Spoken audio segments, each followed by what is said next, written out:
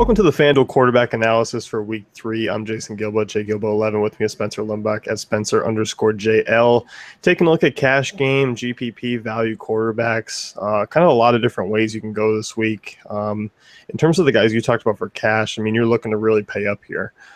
Right, and I think this is the week where you do pay up for quarterback. You can easily do it. There's plenty of value in the running back positions and the wide receiver positions with all the injuries as of late. So this is the week to pay up at quarterback, go value other places, and you can really make a comfortable lineup that way.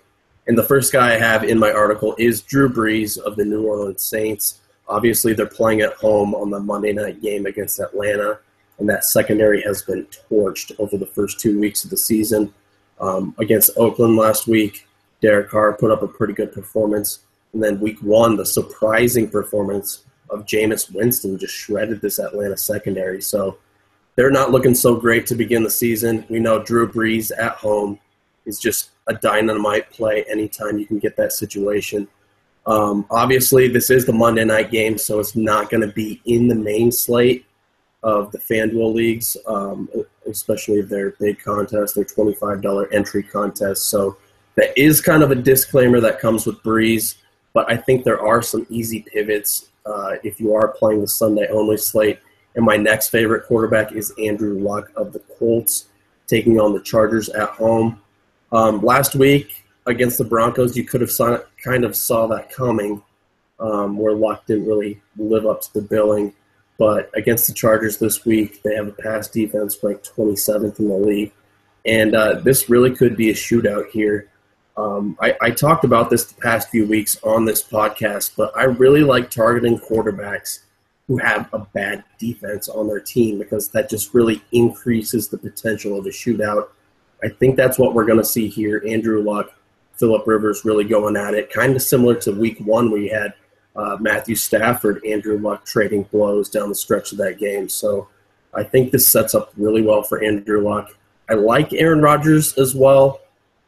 Pretty much the similar salary on FanDuel, but there's a lot of different ways you can go in that Green Bay offense, and that Green Bay defense is pretty good, so I could see them really kind of pinning down their opponent, focusing on the running game, slowing things up a bit, where Andrew Luck is going to have to be go, go, go in order to keep pace with the Chargers. So that's why I'm giving the nod to Luck in this spot.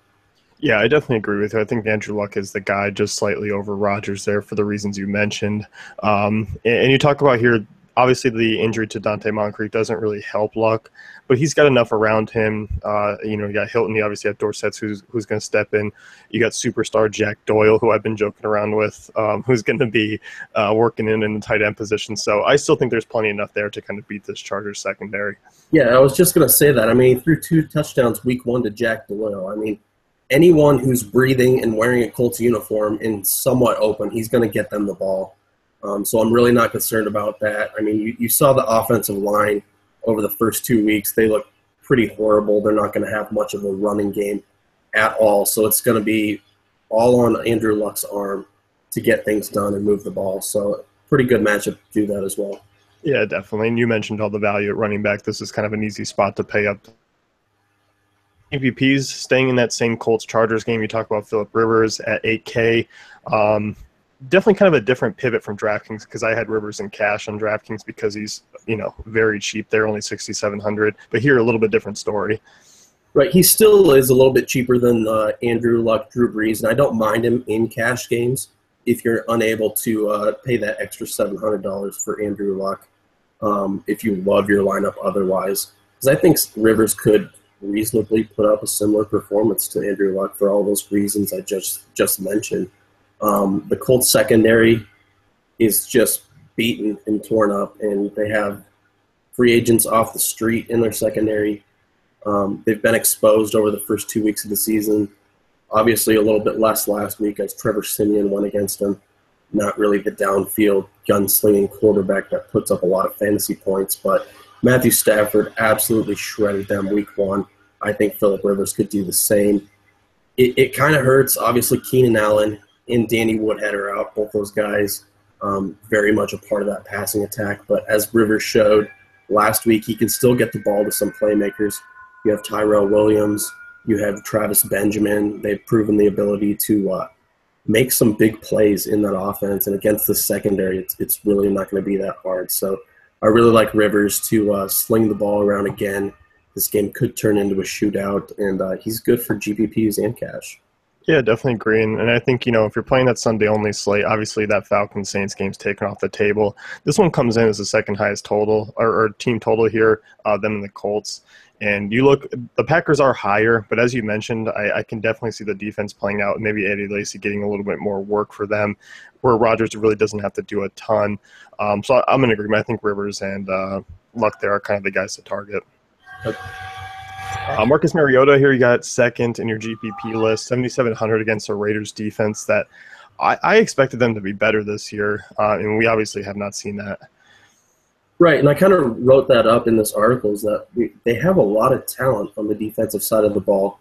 If you look at their player grades according to Pro Football Focus and just, position by position talent, but they haven't been able to put it all together, especially when you look at their zone coverage. There's been a lot of breakdowns, a lot of miscommunication between their corners and their safeties, and it's resulted in a lot of big plays over the first 2 weeks against the Saints and the Falcons, and they're actually ranked dead last in pass defense. I mean, I know it's a really small sample size, but we have to take some of that into account, that this defense is just out of whack at the moment.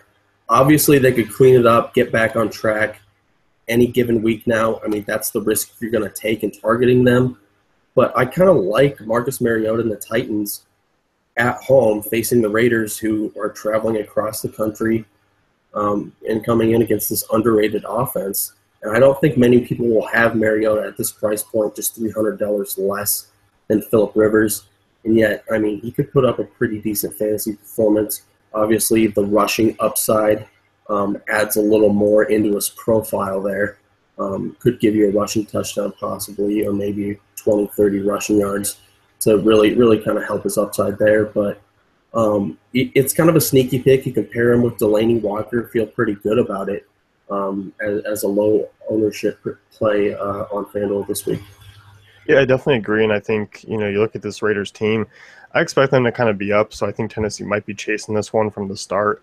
And that kind of puts Mariota in a good spot to rack up those fantasy points. In terms of value here, you got Dak Prescott, 7,100 at home against the Bears. Pretty reasonable team total here to really target. I think they might get a little bit overlooked as well. Yeah, in the Dak Prescott of week 2 is exactly what we wanted to see Dak Prescott week 1. I mean, they really opened up the playbook for him. They let him throw the ball downfield. They had it embedded in their game plan to target Dez Bryant, which I don't know why that wasn't part of it in week 1. I mean, Jason Witten was exhausted from getting 15 targets. I'm surprised he was active in week 2. Didn't strain himself too hard. But, I mean, Dak, he looks a lot more comfortable last week against Washington, and I expect that confidence, that momentum to continue against the Bears defense that's really not all that great. And then really kind of adding to that rationale, Jay Cutler's out. We have Hoyer coming in for the Bears, learning a new system, trying to take control of this team. And there could be a lot of 3-and-outs there, giving the ball back to Dallas. Good field position, a lot of scoring opportunities. And I expect Dak to really kind of, cash in on those opportunities. Obviously, the running game will be an emphasis, but I mean, them opening up the playbook for Prescott, throwing more downfield passes, letting him run the ball, scramble a little bit more, all bodes well for his fantasy production. So I think he's firmly on the radar as a value play. Yeah, I definitely agree. And I think, as you mentioned, that value is certainly there. If you're looking to kind of go that route where you want to pay up at wide receiver for a couple guys, even at running back. I mean, obviously, D'Angelo Williams, his price is up there, so you're going to have to pay down somewhere else. Definitely a good call there. So that's going to wrap things up with the FanDuel quarterback analysis. Be sure to check out dailyfantasycafe.com for all the great tools and content.